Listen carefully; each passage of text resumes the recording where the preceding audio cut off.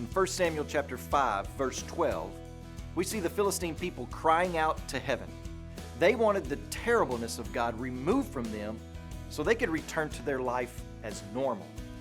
But as we've seen, you can't run out of the presence of God, or you can't run away from the heavy hand of God, no matter how fast you think you're running.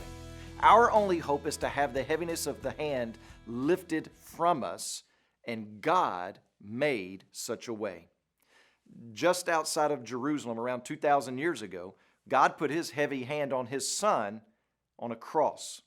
Isaiah 53 tells us that it was the will of the Lord to crush His Son, to put Him to grief.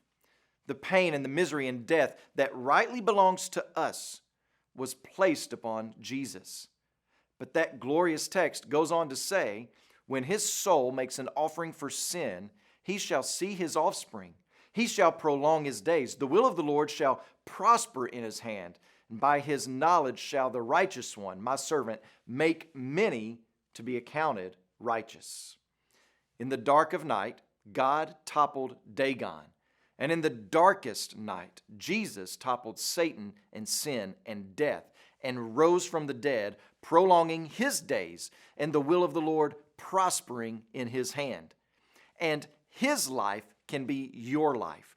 His payment for sin can be placed on your account before God. And so have you cried out to heaven? Do you want the judgment of God removed from you? Are you willing and ready to acknowledge and confess your idol worship and turn to Jesus Christ? You can do that right where you are, in the simplicity of repenting from your sin and placing your trust in Jesus Christ and in what He has done on the cross and in His resurrection for you. If you are a follower of Christ, when you pray today, please pray for Thomas Mobley and his family, our missionaries in Oklahoma. And also remember the Mandarin Life Word broadcast that's heard in China.